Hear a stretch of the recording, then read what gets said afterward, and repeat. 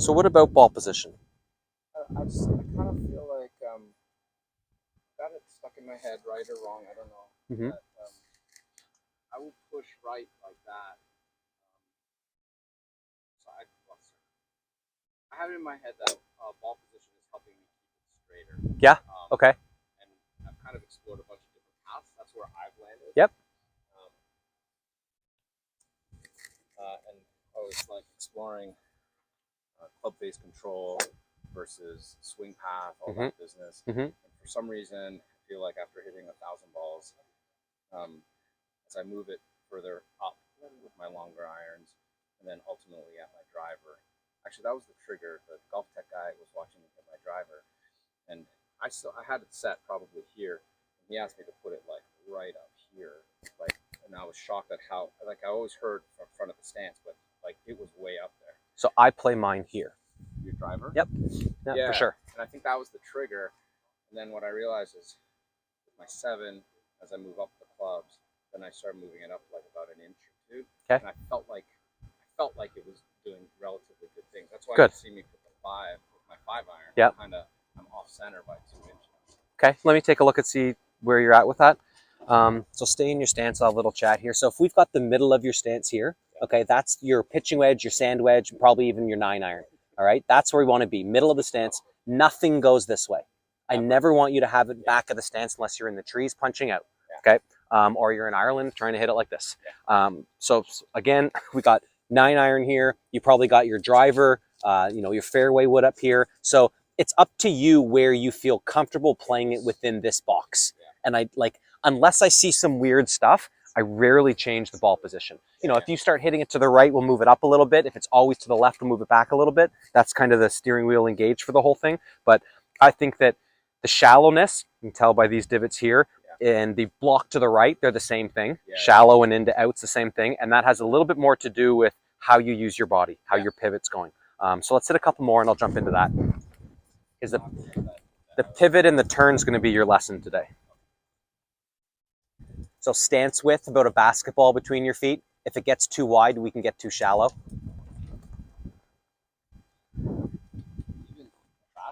Yeah. Like you'd want to, like if I could roll a basketball between your feet without hitting it, that's about the stance width. The rule of thumb basically is a shoe. One width of your shoe, that's about how far we want to go. Because it puts the ankles under the knees, basically under the hips. That gives us the most mobility. Cool. Okay. Then how about we go somewhere in between where you were and where the basketball is? We can tweak it.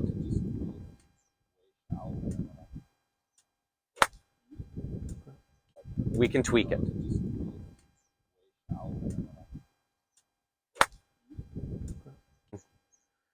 And I'm going to start basically from the end and work backwards.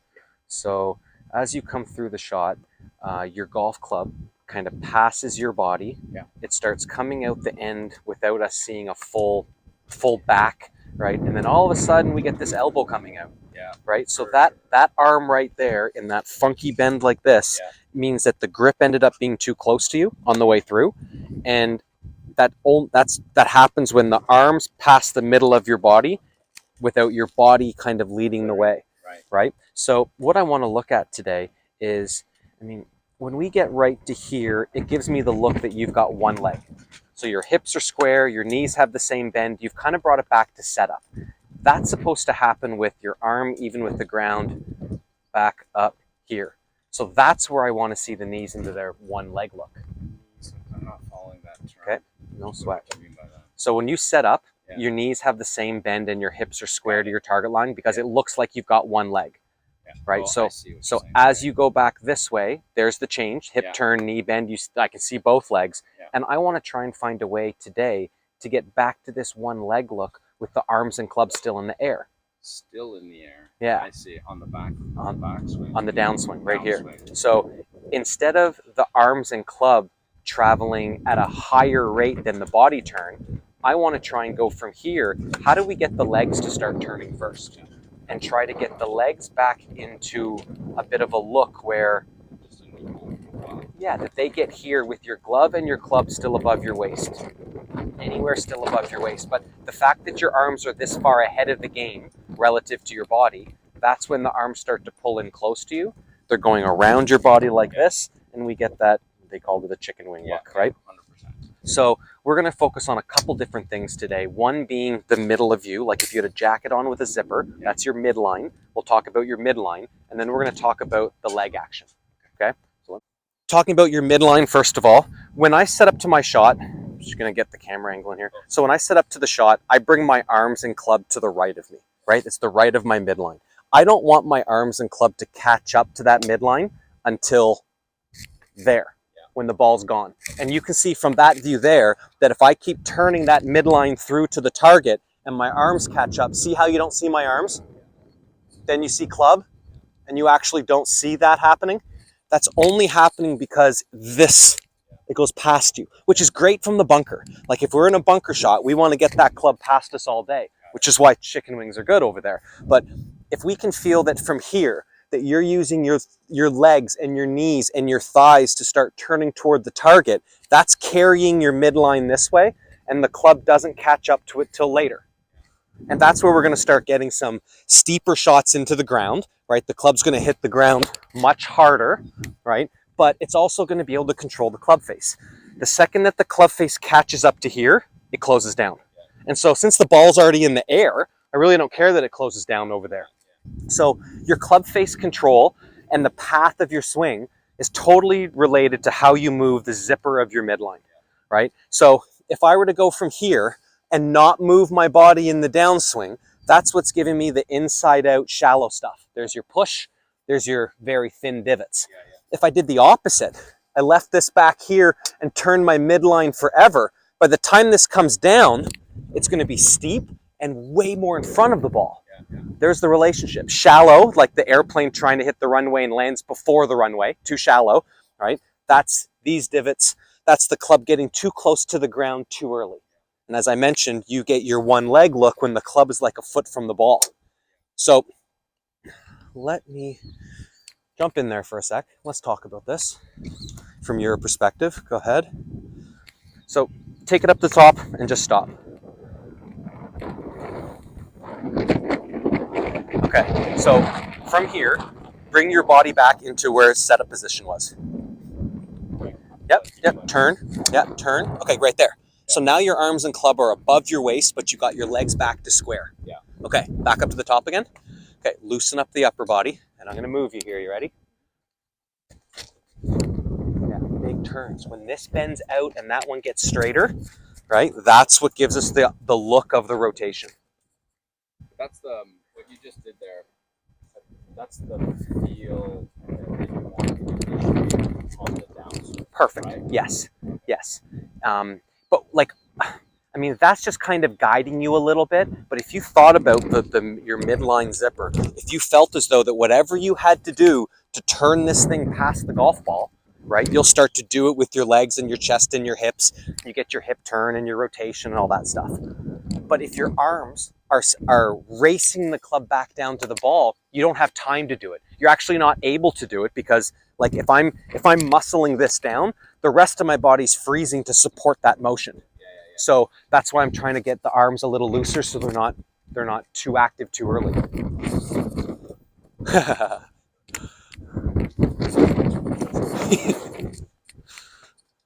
I've actually even practiced this. I kind of forgotten about it. Okay, awesome. So you mentioned before you were trying to shorten your backswing a little bit. All that's doing is getting you more out of sequence. The farther you can take it back, the better, the more time and chance you have of turning through.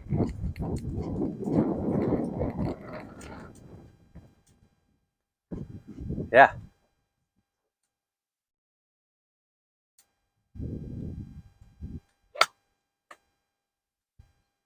No idea.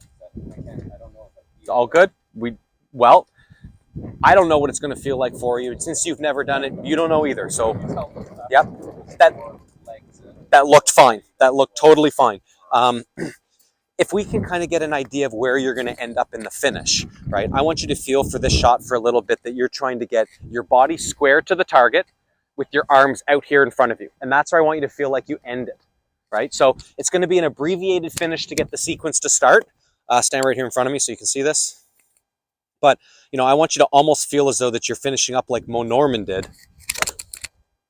Right? So I've got my thighs like close together, square to the target, hips are square, shoulders are square, and arms are out here, the opposite of that guy. So we talk about width in the golf swing a lot. Width is the space between the grip and the chest. So if I have width over here and I keep turning, that's a lot of power, right? Getting the golf club as far away from the rotation as we can. That's power, but then it's also club face control, keeping it that way. The closer it gets, the more the club face turns in on us. There's thin, there's like shallow, there's left. With the driver, it could go to the right because it's on the tee. It's a little bit of a different animal. So yeah, keep the midline turning until the body is square to the target line and feel like you keep the grip farther from you. Yep. If you have width at the end, you'll have width in the downswing. Yeah. I don't normally, it's interesting. I've definitely learned about width, but I traditionally only ever thought about it on the backswing. Yeah. And so you have it good on the backswing. If you feel like you get it on the follow through, and if you don't get it, just fake it, push it back out so that you can kind of get an idea of where that's going to go. And eventually you'll just get there.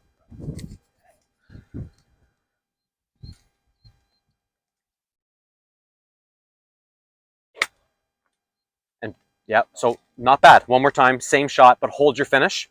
And this is where we had to talk about the stance, because if your stance is too wide and you finish this way, your right leg never has a chance to catch up to the left one to give you square and tall. So hold the finish here, and I'll just move you a bit.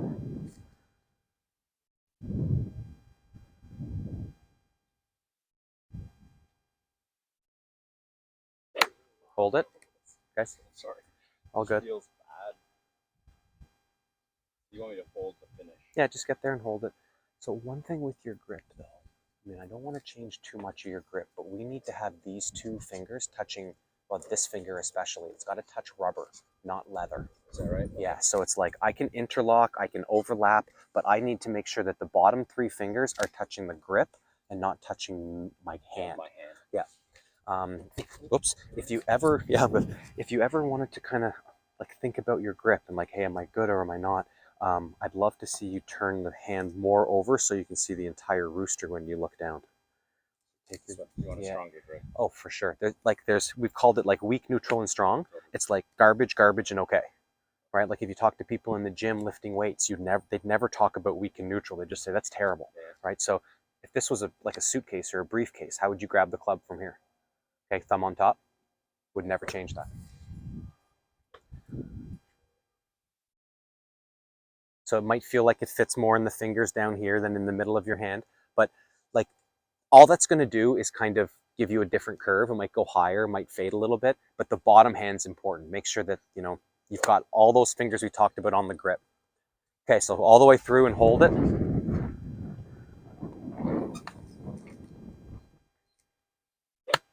Hold it there. Now push your arms out in front of you. Good. And just fake it at the end.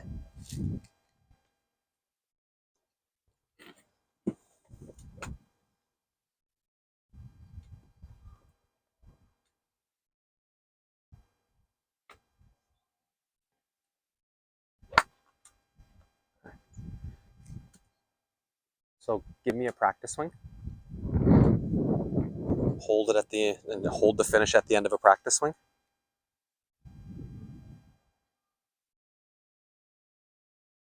Hold it there. So knees closer together.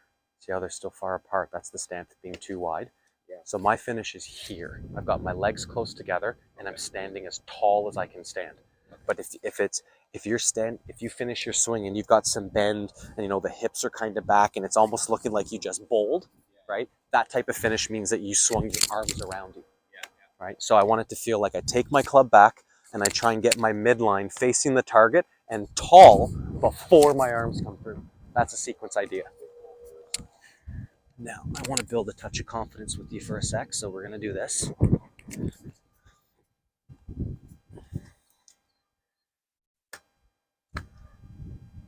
Yeah.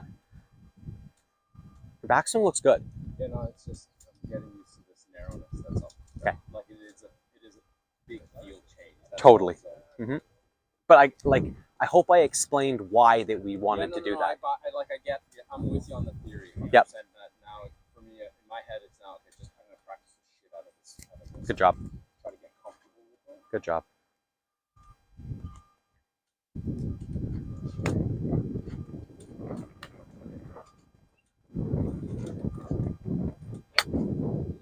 Good.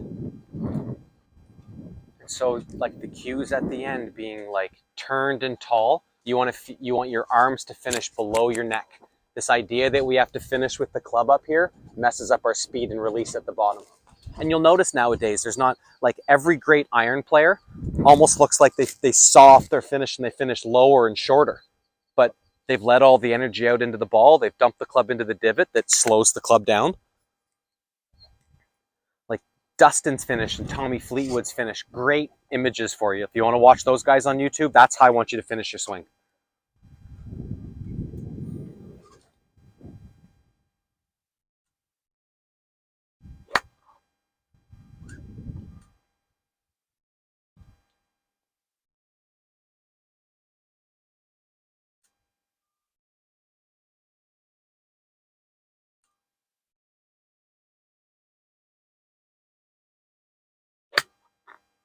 Not bad.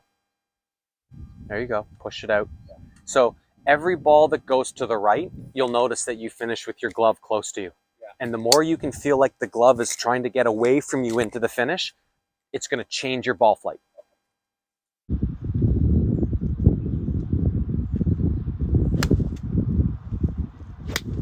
Wow, way to go. Come on, look.